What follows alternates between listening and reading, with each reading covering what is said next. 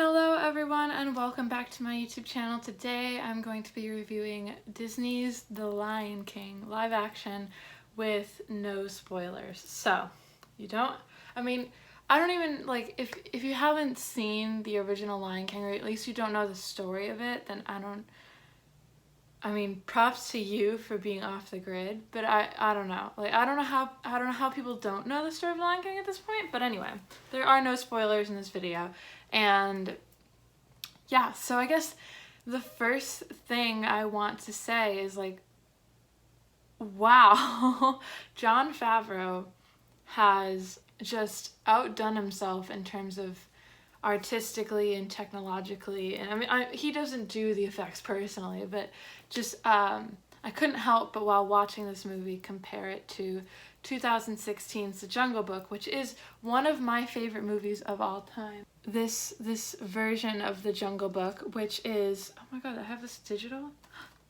It is, this I think is like an incredible example of how to make a Disney classic into a live action movie. It was just, it's still to this day, it just floors me how much I love it, and honestly I watch it pretty frequently. So I was comparing it a lot to The Jungle Book while watching it, and honestly I saw the comparisons, even if I wasn't trying to look for them, which I wasn't, but there were some things where I was just like, wow, that is so reminiscent. And I think he was almost in a way calling back to this movie, but it's interesting because even just like the watering hole sequence, that reminded me so much of The Jungle Book, and so just the whole climax of the film as well, which I thought, like, in The Jungle Book it made sense given the antagonist, that a certain thing would be happening,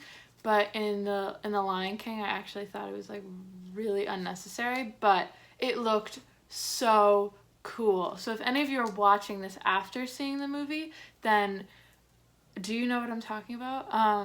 Just that added effect of the final like showdown was, again, not necessary, but it looked really cool. So I'll give them points for that. Overall, the look of the film was absolutely stunning. I thought the digital effects department was flexing, and I encourage all of you guys to sit through the entirety of the end credits, even if it's not a Marvel movie and there's no scene at the end, because I think it's just respectful. A lot of people work on these films, more than just the director and the actors. There's so many people that go into it, especially a movie like The Lion King. How many names there are, how long it takes to just get one shot, one scene done. It's absolutely crazy. And so I think it just is a nice way to pay respect to all the people who worked on the film, to sit through the credits. Unfortunately, I was the only one in my theater who stayed through the credits. Even my grandmother got up to go to the bathroom and met me on the outside at the end, and they actually turned the lights in the theater off, and so on, and then they had to turn them back off when they realized I was still sitting there, which like really annoyed me. But it's just like, I think you should always sit through the credits. Especially, this movie was a technological feat. I mean, the way, just the improvements upon, like, from The Jungle Book to now, like shots where a branch was in focus and then it would go out of focus and you'd see something behind it. That happened a lot. That was incredible. The water, they really loved playing with puddles in this movie. It was just artistically so beautiful, and it looked, in The Jungle Book, it looked real like 98% of the time, but there's always a little bit of like, I am looking at CG, and some shots where you could not tell, but there were points in The Jungle Book where you were not necessarily reminded, because it didn't jump out at you, it didn't take you out of the movie, but it was almost hard to like deliberately focus on a certain thing mentally, because it was, I don't know how to explain it. I don't want to like knock this movie's digital effects at all by saying that, but there was just something about it in The Lion King was just 10 steps up. It was so real looking. And I actually, and additionally on that note, is we got a kitten in the fall, so I have a little cat in my house right now, and she behaves so much like Simba did, just in the movements, in Simba's meow, like his like baby roar. Oh my goodness, it reminded me so much of my kitten, and it was so accurate. I've had cats my whole life and dogs, but this film had more cats in it than dog type animals. But the movements, everything was so on point. And in the opening sequence of the film, just the way some of those animals moved was absolutely breathtaking. It really reminds you how beautiful nature is, and it's almost weird because something about knowing that it's not real, that it's a digital effects, makes you appreciate nature more, because it makes you really think about how deconstructed all of their movements and their look and their hair and all of it is, and it almost immerses you more and it makes it more interesting. It's like thinking about, I mean, I don't like to think about it, but it's like thinking about the human body, and when you actually think about how much goes into just like waving your arm physically, anatomically, it's just absolutely crazy. And so watching this movie, especially knowing a lot about cats and how they move and how they behave, I was just absolutely floored in that respect. It looked beautiful the whole time. It looked so beautiful, so real, and I just absolutely wanted to visit that world and cuddle with all those animals. It was just stunning. As far as the voice cast goes, I thought the returning members from the original movie, mainly James Earl Jones, were really good. I thought, so the mouth movements for Mufasa didn't look as realistic when he was speaking as the rest of the animals did. Like Timon and Pumbaa, who were absolutely stole the show.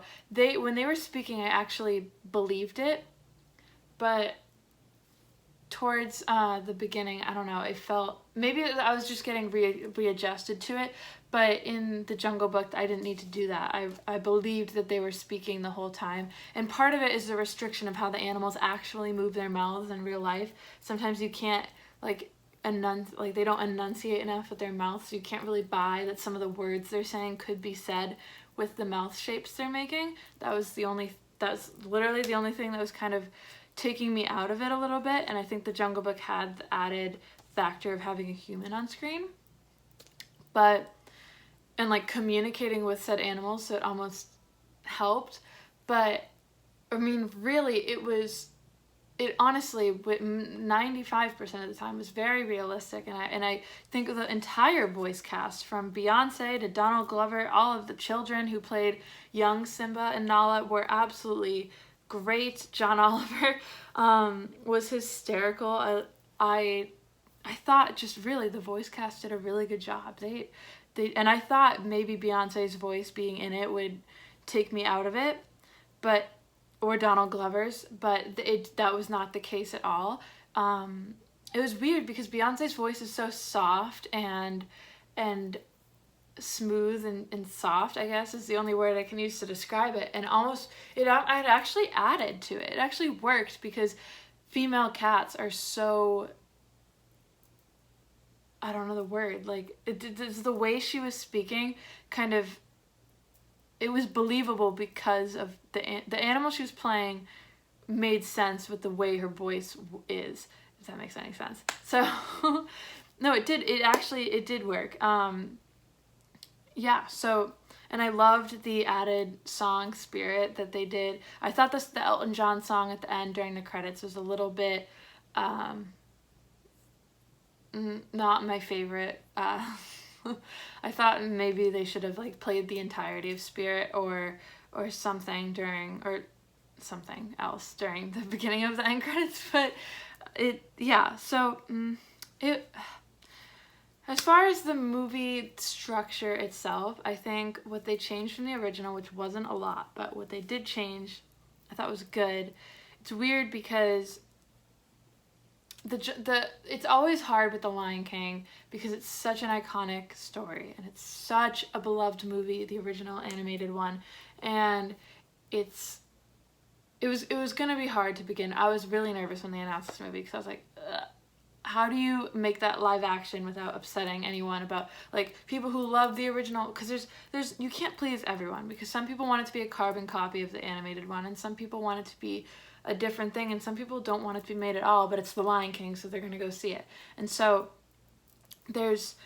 it's hard kind of finding that balance. I think it would have, the problem I've always had with the animated one, and it's an amazing movie, but I never watched it a lot growing up because it wasn't the most entertaining Disney movie to me. I always thought it was kind of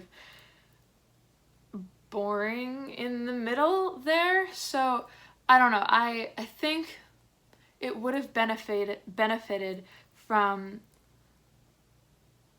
I don't know, something that, because the beginning, I was watching it, and the beginning all made sense because all of the exposition they did, and I thought it was really important that they established the love between Simba and Mufasa, and they had a couple of scenes doing that. But the thing that got me is that it did feel like I felt like I was getting restless at certain points during the movie, waiting for more to happen.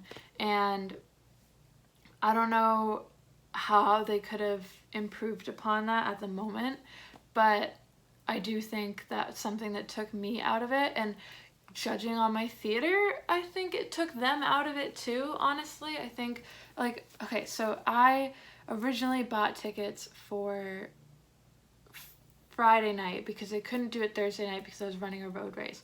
And then I find out last night that my tickets were not, I didn't buy them for Friday, I bought them for Thursday, which was upsetting because my family and I lost money on tickets, and that was my fault, which was upsetting. So basically I've paid to see The Lion King multiple times. But so I saw it today at 10 a.m.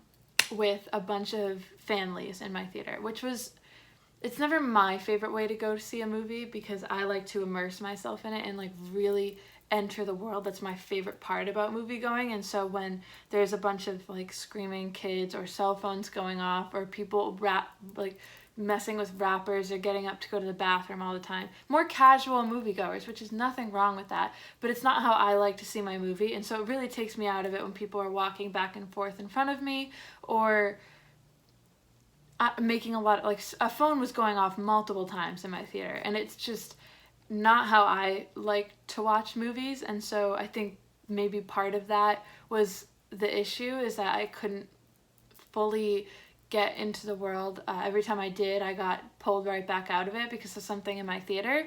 But I do think that it's a goal for every film to engage their audience and make them like lose their self in it. And so I think it would have been beneficial to have something in there. I don't know what, but there were just times where it felt like it was moving a little bit more slowly than it should have. And honestly, I mean, that being said, it was still such a fun movie. If you guys want to escape this deadly heat, go see it in the nice air-conditioned movie theater. It was a nice family film. My meme feels it's too scary for little kids.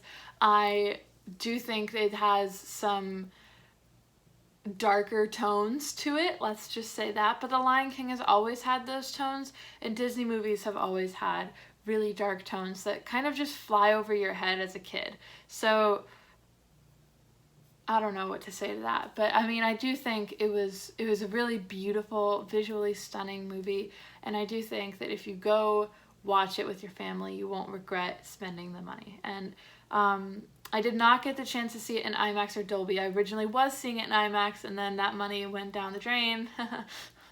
But that being said, I do think that those formats always enhance the movie. I would have loved for the audio to have been louder in my theater, so I was seeing it in standard, and I do think that IMAX is worth the money, and Dolby as well, but it depends on the movie you're seeing. And so that's kind of a judgment call. If you're taking your entire family, then that might be a little bit pricey. So do what kind of feels right for you, but I do suggest you go see this movie. I think it's really good, and I honestly really want everyone to go support Jon Favreau because he's such an amazing director. And again, like he started off the Marvel Cinematic Universe with Iron Man, and he's just so good. He has The Jungle Book, which I also strongly recommend that you guys go see The Jungle Book. It is so good, the 2016 version. And the original is amazing too. But like when Jon Favreau did the 2016 one, and then I also like he also has this movie Chef, which he recently put out a Netflix show, kind of like paying homage to. So he has great work. Anyway, it's a great movie. It has an all-star cast. They all do an amazing job. So if you guys want to go see The Lion King, then I strongly recommend you go do that. It's probably a lot of theaters have been sold out the past few days. I bet this movie will be making a lot of money. The reviews are not, I try to avoid them for the life of me, but I have not been able to with this movie. But the reviews are not the best. I have not read any of them, so I can't tell you why, but I do think maybe the pacing and just some aspects of the movie I think there's more that they could have added to the original, you know, and I think that they kind of fell short of how much they could have added potential, the potential that they could have reached. I don't think that they wanted to take that level of risk of pushing harder and farther away from the original, which is completely understandable. So let me know in the comments down below what you guys think about the live action Lion King. Have you seen it? Can you believe that is all CGI? There's not a single shot in that movie that's actually real. And what do you think? So let me know all of your thoughts. Give this video a thumbs up if you liked it, and subscribe if you want to see all of my coverage of Disney live action movies and other stuff going forward. And have a good day, everyone.